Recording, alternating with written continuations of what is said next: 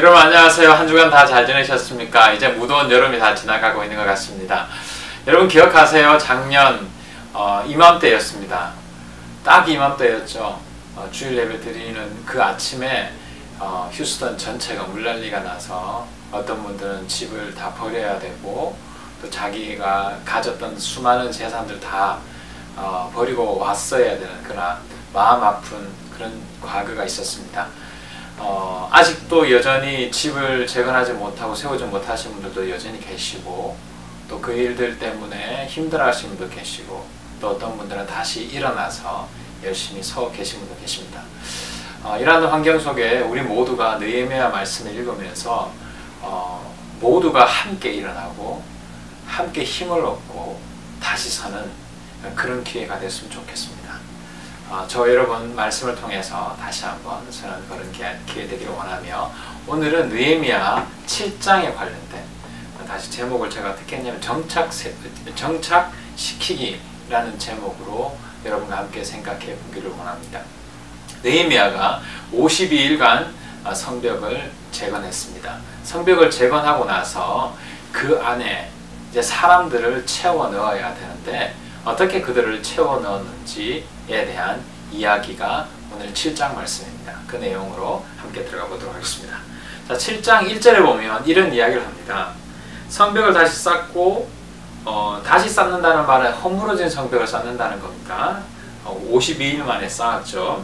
그리고 문들을 제자리에 단 다음에 문이라는 것은 성벽이 있지만 성문들이 여러 곳에 있다고 첫 주 강의에 여러분 그림을 보면서 여러분 확인하셨습니다. 그래서 성문을 제자리에 달고 나서 나는 다시 말해서 느헤미야는 성전 문지기와 노래하는 사람과 레위 사람을 세웠다라고 말합니다. 여기에 이 세 부류의 리더는 세웠다라는 이 말은 리더로 삼다라는 의미입니다. 여기에서 성전 문지기, 노래하는 사람, 레위 사람을 세웠는데 이 사람들을 세운 이 세 부류가 결국은 다 레위 지파에 관련된 사람들입니다. 그리고 2절에 나의 아우 하나니와 성체 지휘관 하나냐에게 예루살렘 경비를 맡겼다. 하나냐는 진실한 사람이고 남다르게 하나님을 두려워하는 사람이었다 라고 표현합니다. 이게 하나니라는 표현은 여기 느헤미야 1장에 보면 느헤미야가 성벽에 허물어진 사실을 듣고 마음 아파하죠. 울죠. 누가 가르쳤냐면 그의 동생 하나니 사촌입니다. 이렇게 하나니라는 사람이 알게 해줍니다. 그 사람과 그리고 이 성체 지휘관 그러니까 궁전 지휘관입니다. 궁전 지휘관 하나냐에게 예루살렘 경비를 맡깁니다. 이 예루살렘 경비라는 그 성벽을 맡겼다라고 표현하고 있습니다. 왜냐하면 이 성벽을 이제 맡기는 이유가 결국은 성벽을 지켜야지 성벽 안에 거주민들이 들어올 수 있고 그리고 가장 중요한 성전을 지킬 수 있기 때문입니다. 참고로 1차 바벨론에서 포로로 다시 귀환한 스룹바벨이 무엇을 지었죠? 성전을 지었습니다. 성전을 지었는데 1차 귀환한 사람들이 성전 주변에 살아야 됨에도 불구하고 살지 못합니다. 이유는 성벽이 없었기 때문입니다. 보호해 줄 수 있는 성벽이 없었습니다. 그래서 성벽을 다 짓기 전까지는 그 안에 집들도 별로 없었고요. 그리고 거주민들도 별로 없었습니다.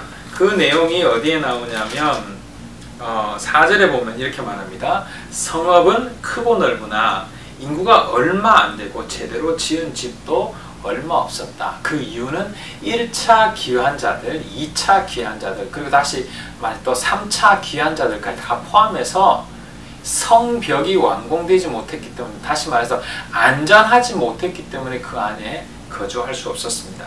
자, 1번에 보면 지도자를 세웠는데 성전 문지기, 노래하는 사람, 레위 사람, 이 사람들의 공통분모는 레위 지파입니다. 이들을 세운 것은 결국 3절에 보면 성전과 관련된 이야기를 합니다.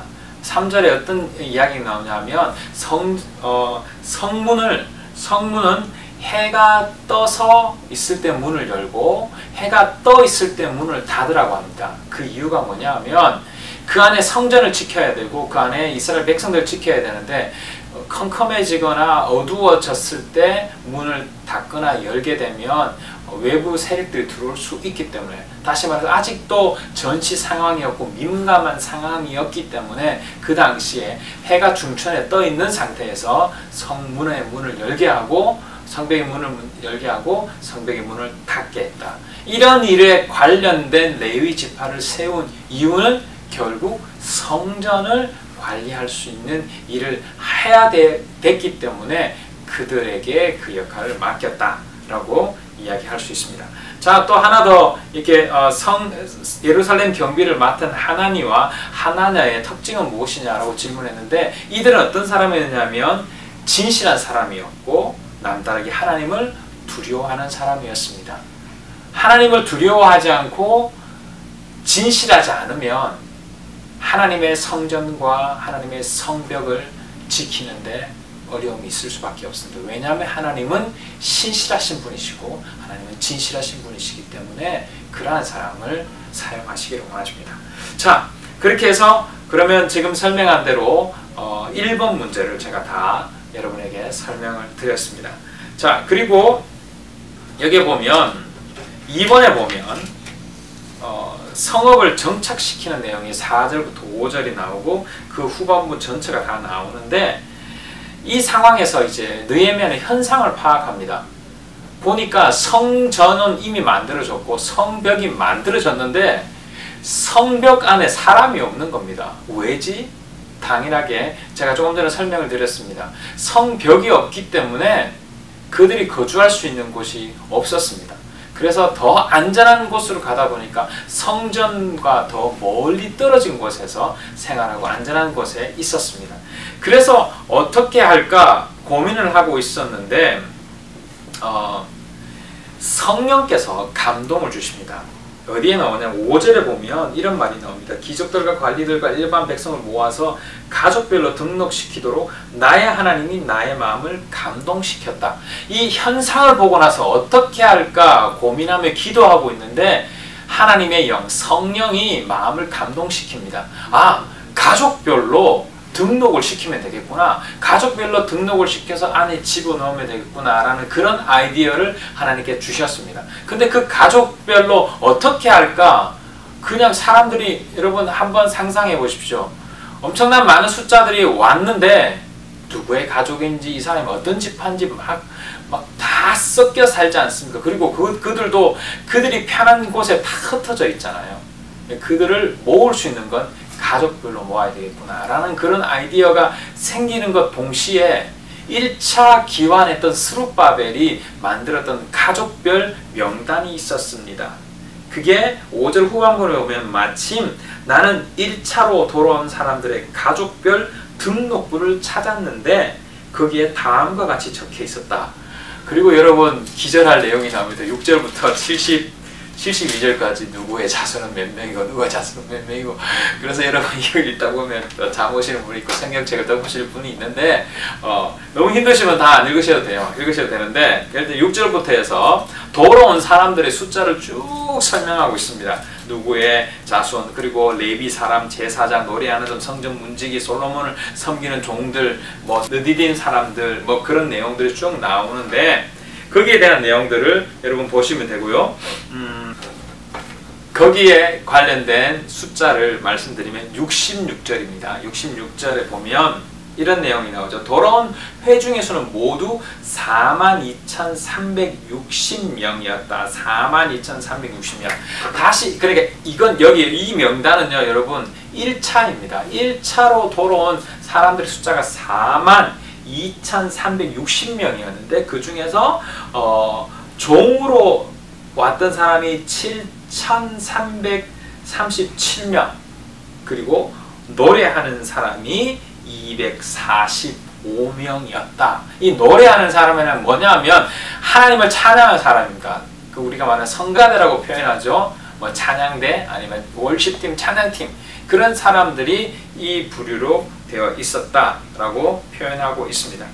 마지막에 보면 제사장들과 레위 사람들과 성전 문지기들과 노래하는 사람들과 백성 가운데 일부 성전 막일꾼들과 그리고 이스라엘 사람들은 저마다 고향 성읍에 자리를 잡았다. 그것이 73절 마지막 절입니다. 자, 이렇게 말씀을 드리면 성벽을 완공하고 나서 레위 지파의 사람들의 리더를 세우고 그리고 그들이 성전과 관련된 일을 하기 때문에 문을 열고 문을 닫을 수 있는 그 역할들을 하기 위해서 레위 지파 사람들을 세웠습니다. 그리고 나니까 좀 더 안전해졌습니다. 성벽 안이. 그런데 이들을 어떻게 채울 수 있을까 고민을 했는데 성령께서 마음을 주셔서 가족별로 이들을 채워 넣으면 되겠구나 라는 그런 아이디어를 줬습니다. 근데 그 가족이 어떻게 구성된지 모르는데 1차 스룹바벨이 만들었던 가족별 명단 리스트를 발견합니다. 그래서 누구 가족 다 불러서 그들을 안쪽으로 채워 넣었다라는 내용이 7장의 내용입니다. 자, 여러분 오늘은 이런 내용으로 설명하고 있는데 우리가 한 가지 기억하고 마음에 넣어야 될 것은 어떠한 문제가 생길 때 그 현상을 파악하고 나서 기도하면 하나님은 거기에 적절한 아이디어를 우리에게 주신다는 겁니다. 그런 아이디어를 이번 한 주 경험하고 실천해서 많은 사람들을 유익하게 하는 저와 여러분 됐으면 좋겠습니다. 자, 오늘 강의는 여기까지 하고요. 혹시 궁금한 것이 있거나 질문이 있으시면 저에게 말씀해 주시면 좋겠습니다. 여러분 실제로 관로 넣는 거 많이 힘드시죠? 관로를 조금만 줄여보도록 노력하겠습니다. 자, 그러면 한 주간도 승리하십시오. 안녕히 계십시오.